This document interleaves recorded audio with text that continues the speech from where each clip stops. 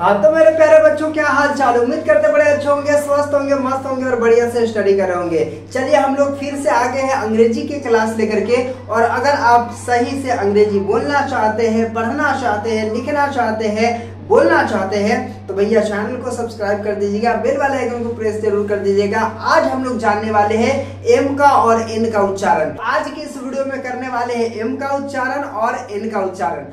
पूरे जो भी आपका कंफ्यूजन है उसको दूर कर दूंगा और बढ़िया तरीके से आपको समझाने का प्रयत्न करता हूं। तो चलिए बोर्ड पे चलते हैं और आपको बताते हैं और आप नोट जरूर कर लीजिएगा। और कभी भी कहीं भी आपको पढ़ने में दिक्कत होता है तो आप इसको एक बार जरूर देख लीजिएगा, ताकि जो है आपको कभी भी कहीं भी दिक्कत ना हो। तो चलिए शुरू करते हैं। देखिए यहाँ पे हम लोग एम का जो है उच्चारण जानेंगे और एन का उच्चारण जानेंगे। कहा जाता है कि एम का मेन उच्चारण म होता है। एम का मेन उच्चारण जो होता है वो म होता है, आप याद रखिएगा, ठीक है। और एन का जो मेन उच्चारण होता है वो न होता है। देखिए मैं आपको समझा देता हूं कि एम का जो उच्चारण होता है वो म होता है। ये बात आप याद रखिए, हमेशा याद रखिएगा, ये म होता है, ठीक है। उसके बाद एन का जो उच्चारण होता है वो न होता है, ठीक है। वो क्या होता है? न होता है, ठीक ना। तो न होता है, ये बात आप याद रखें। तो ये एग्जाम्पल के माध्यम से आपको समझाते हैं कि इसका उच्चारण कैसे म होता है। देखिए एम ए एन, इसको क्या पढ़ते हैं? मैन पढ़ते हैं। तो ये एम का जो उच्चारण हुआ क्या हुआ? म हुआ, ठीक है। उसके बाद देखिए एम डबल ओ एन, इसको कहते हैं मून। मून के मतलब यहाँ पे देखिएगा एम है, एम का क्या होगा? म होगा, ठीक है ना। उसके बाद एम ए पी, तो ये क्या है? मैप। इसको मैप पढ़ेंगे तो ये क्या होगा? म होगा इसका उच्चारण। M O N E Y, money, ठीक है। तो म हुआ इसका उच्चारण। M O T H E, तो मदर। तो एम का जो मेन उच्चारण होता है वो म होता है। ये बात आप समझ गए होंगे। आइए एन के बारे में मैं आपको बताया है कि एन का जो उच्चारण होता है वो न होता है। ये बात आप समझिए। आइए इसका एग्जाम्पल देखते हैं। एन ओ एस ई, इसको कहते हैं नोज। क्या पढ़ते हैं? नोज पढ़ते हैं। तो एन का जो उच्चारण हो रहा है वो क्या हो रहा है? न हो रहा है, ठीक है। उसके बाद एन आई जी एच टी, इसको बोलते हैं नाइट, ठीक है। तो नाइट में यहाँ पे देखिएगा एन का जो उच्चारण हो रहा है न हो रहा है, ठीक है। उसके बाद एन ए एम ई, इसको कहते हैं नेम, ठीक है। तो यहाँ पे जो उच्चारण हो रहा है वो क्या हो रहा है? न का हो रहा है। फिर यहाँ पे एन डबल ओ एन, इसको कहते हैं नून, ठीक है। और यहाँ पे न का उच्चारण हो रहा है, ठीक है। तो एन का मेन उच्चारण क्या होता है बताइए? एन का मेन उच्चारण न होता है, ये बात आप याद रखिएगा। और एम का जो होता है मेन उच्चारण वो म होता है, ठीक है। तो कहीं पर भी एम रहेगा तो उसको म का उच्चारण करेंगे, और कहीं पे भी एन रहेगा तो वहां पे ना का उच्चारण करेंगे। ये बात आप समझ गए होंगे। मैं आपको समझाता हूँ। एम का रहेगा तो एम का मेन उच्चारण म होता है, ये बात आप समझ जाइएगा। और एन का जो रहता है, ठीक है, तो उसका जो उच्चारण होता है वो न होता है। ये भी बात आप समझ गए होंगे। तो एम का मेन उच्चारण म होता है और एन का मेन उच्चारण न होता है। इस तरह से आप एग्जांपल देख पा रहे होंगे। मैन हो गया, मून हो गया, मैप हो गया, मनी हो गया, मदर हो गया। उसके बाद यहाँ पे देखिए नोज हो गया, नाइट हो गया, नेम हो गया, नून हो गया। तो इस तरह से आप समझ गए होंगे। तो इस तरह से आप बड़े अच्छे तरीके से इसको याद कर लीजिएगा, अपना डायरी में जरूर लिख लीजिएगा। और दोस्तों इसको अपने डायरी में नोट जरूर कर लीजिएगा और इसको हमेशा रिवीजन करते रहिएगा, ताकि जो है आपको कोई दिक्कत ना हो और आप बढ़िया तरीका से चीज को पढ़ सके, जान सके। काफी सारे बच्चों का ये प्रॉब्लम होता है कि सर अंग्रेजी पढ़ना कैसे सीखे। तो मैं आपको बता देता हूं कि अंग्रेजी कैसे पढ़ा जाएगा। देखिए सबसे पहले तो मेरा जो सीरीज चल रहा है, वोकैबुलरी का सीरीज चल रहा है ना, वोकैब्स का सीरीज चल रहा है, उस सीरीज को जरूर अटेंड करिएगा, उस सीरीज को जरूर देख लीजिएगा। अगर वो सीरीज आप देख पा रहे हो उसके बाद आपको क्या करना है कि उसको अपने नोटबुक में नोट कर लेना है और रोजाना आपको याद करना है ना।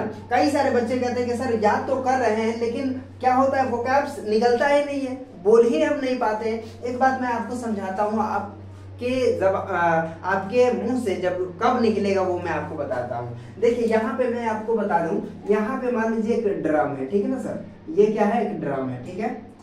और इस ड्रम में यहाँ पे क्या लगा है? नल का लगा हुआ है, यानी कि नल लगा हुआ है, ठीक है। यहाँ पे देख लीजिए ये नल लगा हुआ है, ठीक है।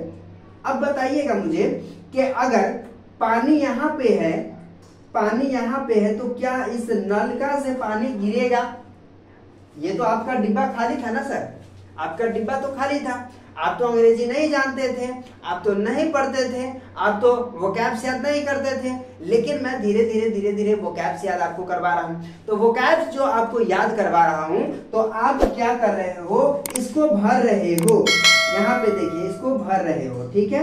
यहाँ पर अब पानी गिरने के लिए यहाँ तक भरना जरूरी है, तभी तो पानी गिरेगा ना सर। यहाँ पे देखिए, यहाँ पे पानी भरेगा तभी तो यहाँ से गिरेगा।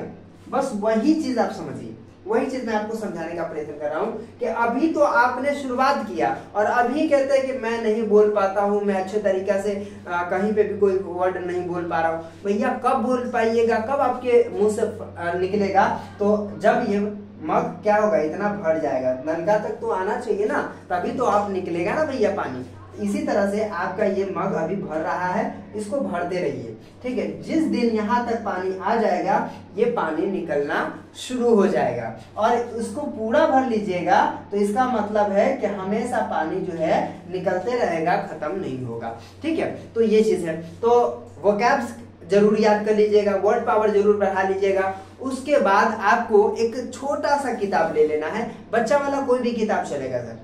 बच्चा वाला कहने का मतलब ये हुआ कि आपको नर्सरी का हो सके, पहला क्लास का हो सके, दूसरा क्लास का हो सके, ले लेना है और कम से कम आधा घंटा उसको पढ़ना है, उसको पढ़ना है। अभी मैं ग्रामर पढ़ाऊंगा, टेंस पढ़ाऊंगा, अभी तो बहुत सारा चीज पढ़ाना बाकी है, सारा चीज मैं आपको पढ़ाऊंगा, बताऊंगा, है कि नहीं। तो इस तरह से जब मैं ग्रामर आपको समझाना शुरू करूंगा, ट्रांसलेशन आपको शुरू करूंगा, है ना, टेंस में जो हम चलेंगे, प्रेजेंट टेंस पढ़ेंगे, पास्ट टेंस पढ़ेंगे। और एक बात और, कई सारे लोग जो पढ़ाते हैं वो कहते हैं कि जिस हिंदी क्रिया के अंत में रहा है, ठीक है, रही है, इस तरह से रहेगा, तो हम ऐसे पढ़ेंगे कि ये कंटिन्यूअस में होगा, मैं खा रहा हूं।